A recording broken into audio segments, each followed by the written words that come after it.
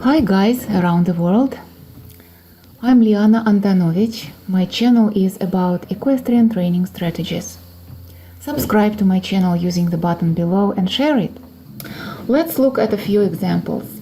They are anonymous, of course, but this will give you an idea what to think of when you're buying a horse and what to think of when you are building your training plan that would map into the lifespan. So these three examples are for good horses listing rider mistakes. The first example is horse was pushed too much in first young remount year, sustained injury that repeated a few times, and after third injury repeat, it retired early on its 17th year. So we see that after the injury, one mistake was that the old remount horse year was started 1 year early. We need to wait, guys. We need to spend 2 years with the horses as young remounts. This has not been done. The first year of injury was taken by trainers and riders of that horse, owners of that horse, as that was an injury, recovered. So they counted that year as a first young remount year. And then they started old remount year as the horse would be fine without the rehab. Well, the horse body was not prepared. The horse was pushed a little bit, and on its 6th year sustained the same injury again. They took it more carefully. They repeated again old remount horse years, did 2 years developing, not 4 but only 2, and then after 4 years of schoolmaster, the injury repeated itself, but greatly, so the horse got retired. I do not specify which injury, it doesn't really matter. It gives a pattern. And people, when they did that, of course, they didn't think of the training workloads in the terms of the stages that I'm using right now. I just learned it and I mapped it. So I created a framework and I mapped it. So I'm communicating to you already in this glossary of terms what has been done to the horse, so that we could learn from it what happened. I hope this is helpful. The second example is the horse was started late, as a 4 years old. And that's when the horse goes fine, beautiful gaits, everybody is excited. So the horse got pushed quickly, skipping young remount and skipping and first old remount years, quickly going into old remount training. Happens a lot. This is a very popular scenario. I cannot put percentages on it, but maybe somehow we can do a research or gather statistics. But I think that this scenario is one of the most common scenarios in many countries. So only 2 years as developing horse, booms, injury.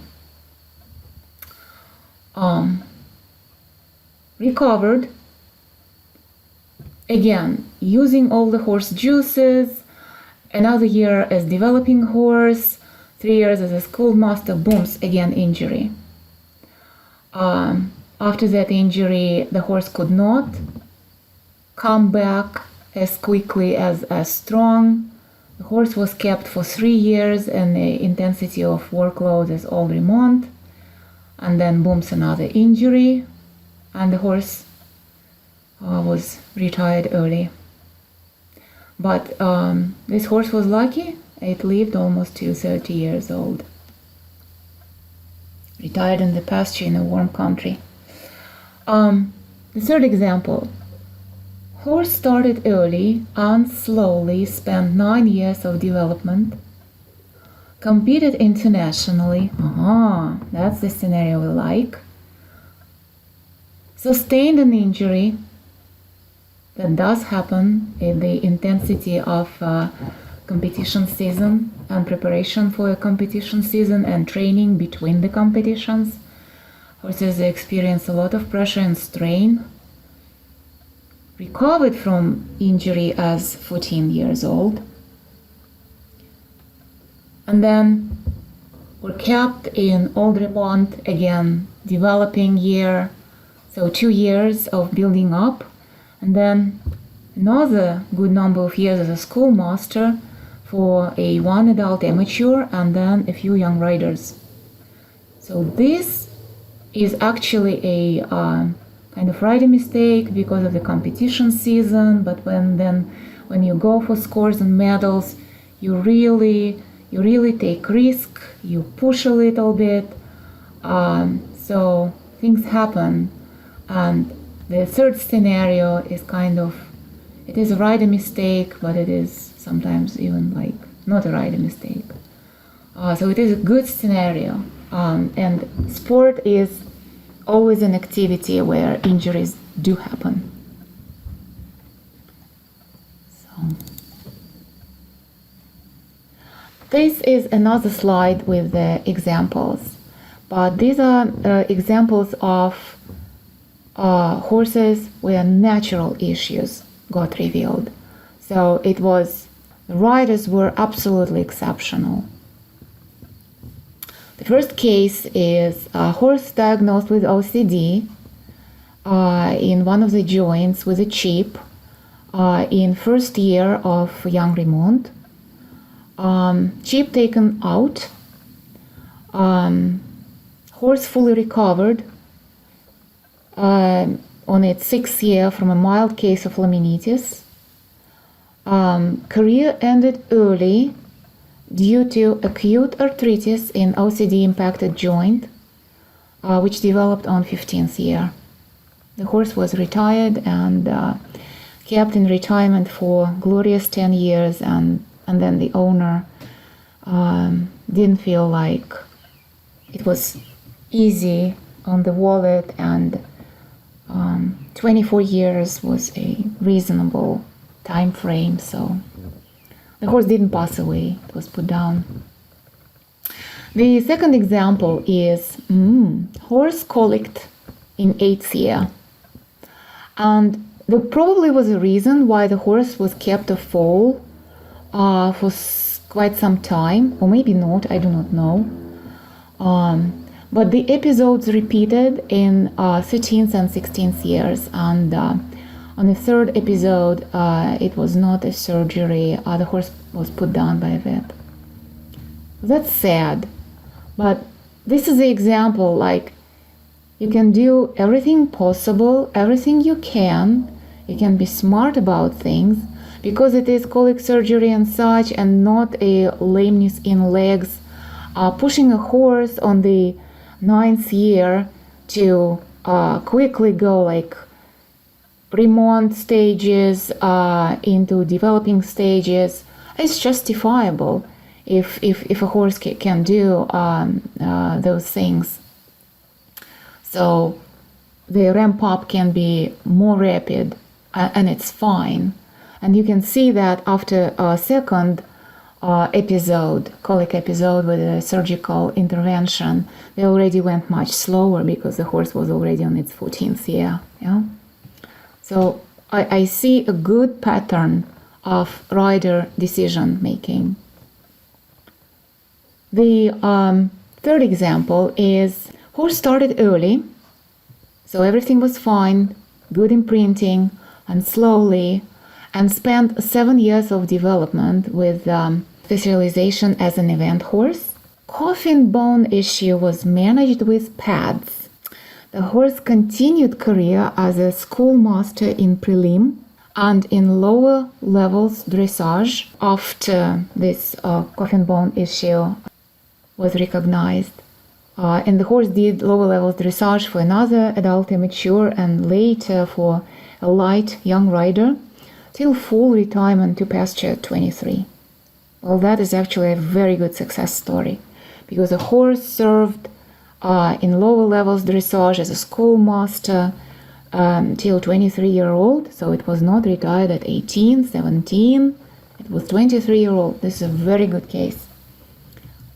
And coffin bones are manageable, but we know how hard they are to manage with the pads and everything, and all the therapy. So owners of that horse, trainers, riders, all the team did a very good job.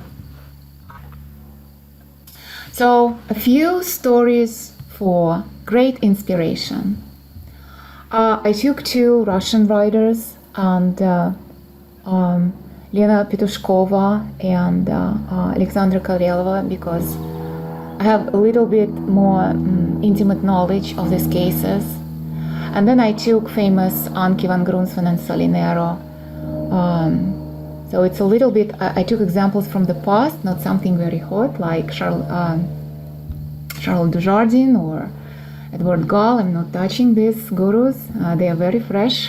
People may have different opinions. I'll be very, very passionate about them. So I took cases which are more cool, more neutral, more in the past, but we still admire these horses and these riders. So my first example is Pepel, Russian trainer, who is a horse that held 3 titles, and I think he's still the only horse in the world who kept these 3 titles in his lifetime. He was a national champion, a world champion, and Olympic champion. And he was in the reign of Elena Petushkova. Initially, Pepel was trained towards jumping, started early, brought up. But on his 5th year, I think it was 5th year, I might be wrong, I think it was 5th year. I couldn't find this confirmation proving me right or wrong in the sources. So he got blind on the 5th year on one eye, but the other eye had full vision. So he was retired from retired. So his intended career was changed from, okay, this horse will not do show jumping anymore, obviously.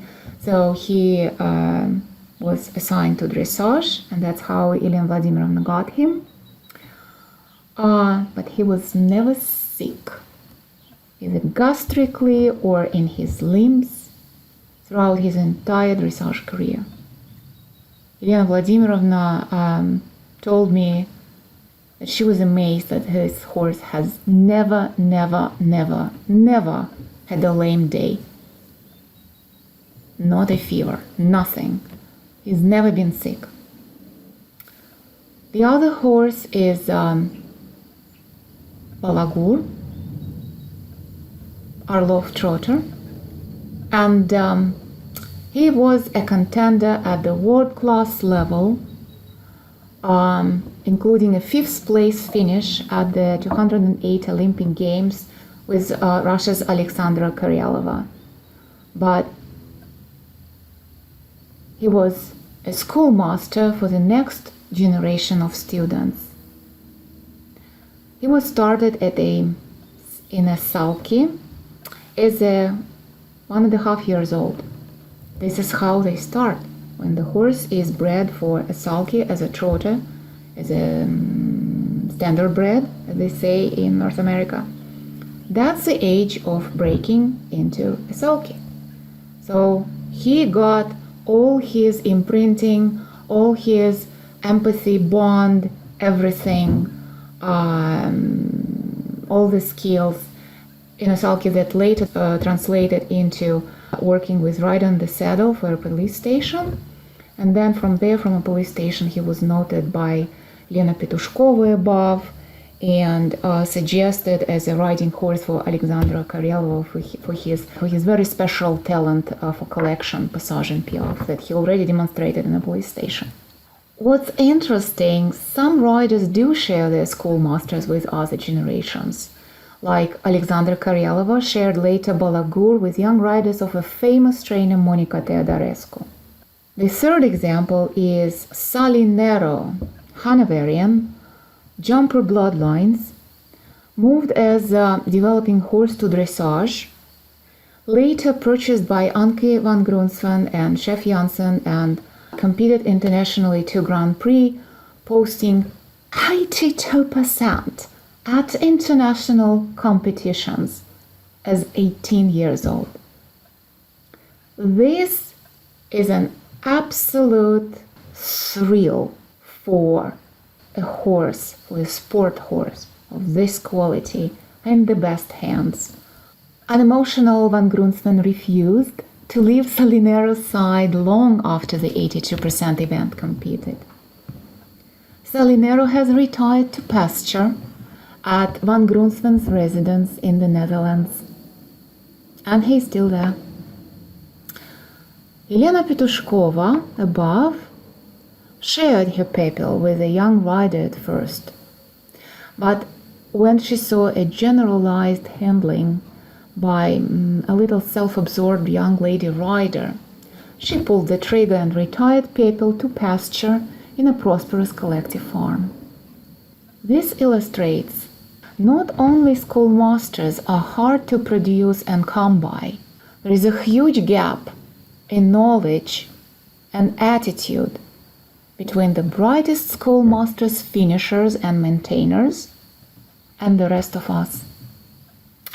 On the surface, many things are the same, but devil is in details and discipline. Details and discipline, especially when we talk about dressage. As you see, all my examples here are dressage examples. I cannot find such examples of late schoolmaster careers in show jumping or eventing nowadays. If you do have them, please share them with the community. Let's share these best case studies and learn from the best masters. And here is the homework. Let's apply this knowledge that we've gained to our horses that we have now or to horses that we have had in the past. Create your notable horse's lifespan profile and send them to me to equestriancoach@outlook.com email. I've prepared a template slide for you. You can download it using the link below in the video, in the notes area, or just by going to my website, equestrianinsider.com. The best stories may be featured in the upcoming videos.